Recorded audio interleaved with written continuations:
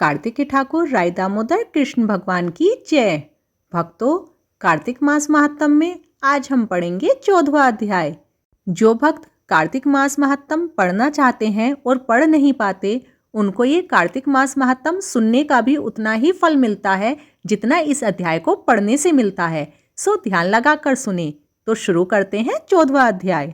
राजा प्रथु कहने लगे कि हे नारद जी, आप सर्वज्ञ हैं, इसीलिए कोई संतान की वृद्धि करने वाला और हर प्रकार से सुख देने वाला व्रत कहिए। नारद जी कहने लगे कि हे प्रभु, परम सुख देने वाला, महाविद्या, महामाया, महामेधा, महास्मृति, महामाहो, महादेवी, महाईश्वरी और सर्व ईश्वरी अहोई देवी का व्रत मैं तुमसे कहता हूँ। राजा ने प्रश्न किया कि यह व्रत कब कैसे किया जाता है और अहोई देवी कैसे उत्पन्न हुई। नारद जी कहने लगे कि पहले कलयुग में बड़ा भारी दुर्भिक्ष पड़ा और महामारी से और बहुत सी कला मृत्यु होने लगी। संसार में बहुत थोड़े मनुष्य रह गए। तब विद्वान लोग इकट्ठे होकर इस विपत्ति के निवारण के लिए उपाय सोचने लगे। अंत में निश्चय कर सबने कार्तिक कृष्ण सप्तमी को व्रत रखा।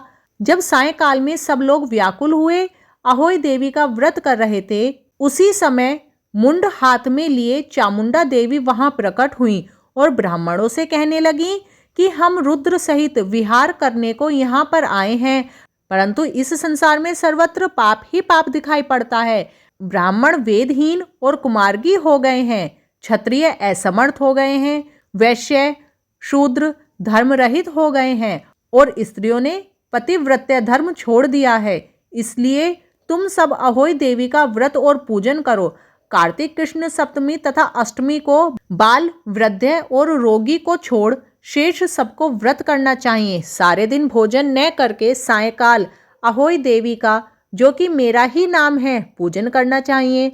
अपने मकान को गोबर या मिट्टी से लीपें और दीवार में 4 रंगों काला, पीला, हरा और लाल से मेरी मूर्ति बनावें। अच्छे सुंदर पकवान बनाकर मेरी पूजा करें।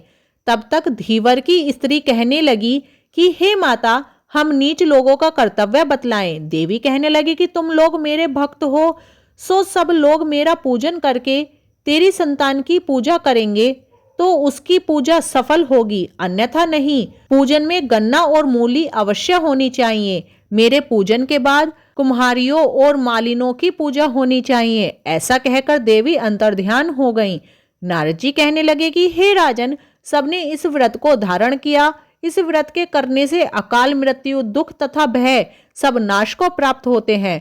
राजा प्रथु पूछने लगे कि हे नारद जी, कार्तिक का मास और एकादशी तिथि किस कारण उत्पन्न मानी गई हैं?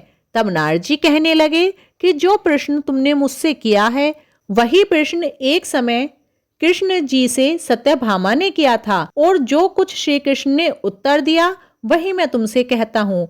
श्री सत्यभामा जी कहने लगी कि भगवान, सभी मास बराबर हैं, तो इनमें कार्तिक मास उत्तम क्यों माना गया है और तिथियों में एकादशी तिथि क्यों श्रेष्ठ मानी गई है? श्री कृष्ण जी कहने लगे कि हे प्रिय, समुद्र का पुत्र शंख नामक एक दैत्य था। वह इतना बलवान था कि उसने इंद्रादिक देवताओं को स्वर्ग से निकालकर उनका स्थान आप ले लिया। देवता लोग डर के मारे अपने बाल बच्चों सहित स्वर्ण पर्वत की कंदराओं में चले गए। तब दैत्य ने सोचा कि मैंने देवताओं का स्थान तो ले लिया, किंतु देवता जीत नहीं पाए। सो प्रतीत होता है कि देवता वेद मंत्रों से ही बलवान हैं, इसलिए मंत्रों सहित वेदों को हर कर ले आऊं। उसका ऐसा विचार जानकर वेद दैत्य से डरकर समुद्र के जल में चले गए। बहुत ढूंढने पर भी दैत्य को न मिले।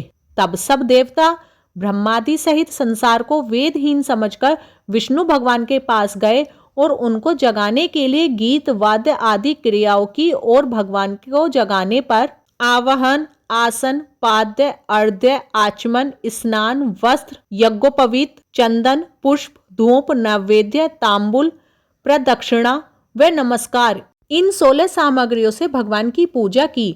तब भगवान प्रसन्न होकर देवताओं से कहने लगे कि हम तुमसे अति प्रसन्न हैं, इसलिए हम शंकासुर को मारकर चारों वेदों को लाएंगे। परंतु आज से वेद बीज मंत्रों सहित कार्तिक मास में जल में रहेंगे। सो जो कोई कार्तिक मास में जल में स्नान करेगा उसको यज्ञ के अंत के स्नान का फल प्राप्त होगा। सदैव उसके विघ्नों का नाश होगा। क्योंकि आप लोगों ने एकादशी के दिन हमको जगाया है, इसीलिए एकादशी तिथि माननीय होगी।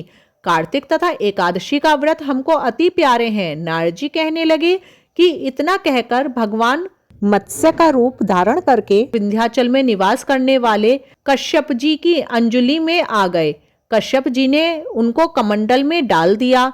जब कमंडल भर गया तो मत्स्य रूप हो भगवान कहने लगे कि हमको कोई बड़ा स्थान दीजिए।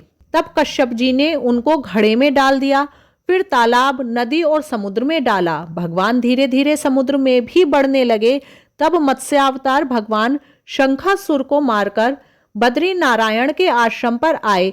वहां भगवान ने देवताओं को आकर बताया कि हमने शंखासुर को मार दिया है और ऋषियों से कहा कि समुद्रों में वेदों को ढूंढो, हम तब तक देवताओं सहित प्रयाग में निवास करेंगे। फिर ऋषियों ने वेदों को अंगों सहित छंद, व्याकर, कोश, वेदक, ज्योतिषी और स्मृति तपोबल द्वारा समुद्र में डुबकी लगाकर निकाला। जो वेद जिस ऋषि को मिला उस भाग का तब से वही ऋषि हुआ।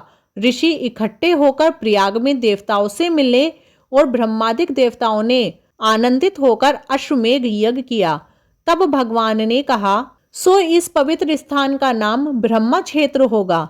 किसी काल में सूर्यवंश का राजा अपने तपोबल से श्री गंगा जी को यहाँ पर लाएगा और यहाँ गंगा व यमुना के संगम से यह स्थान तीर्थराज कहलाएगा। यहाँ पर किया गया दान, तप, यज्ञ आदि अनंत फल देने वाला और ब्रह्मा हत्या आदि पापों के नाश करने वाला होगा। यह वरदान हम देते हैं। अनेक जन्मों के पाप इसके दर्शन मात्र से नाश होते हैं। यहाँ पर मरने वाले मुझको प्राप्त होंगे। जो यहाँ पिंडदान करेगा उसके पितर अक्षय तृप्ति को प्राप्त होंगे। मकर राशि की संक्रांति माघ मास को यहाँ संगम में स्नान करने वालों के कई जन्मों के पाप नाश होंगे। कार्तिक और माघ दोनों का फल समान है।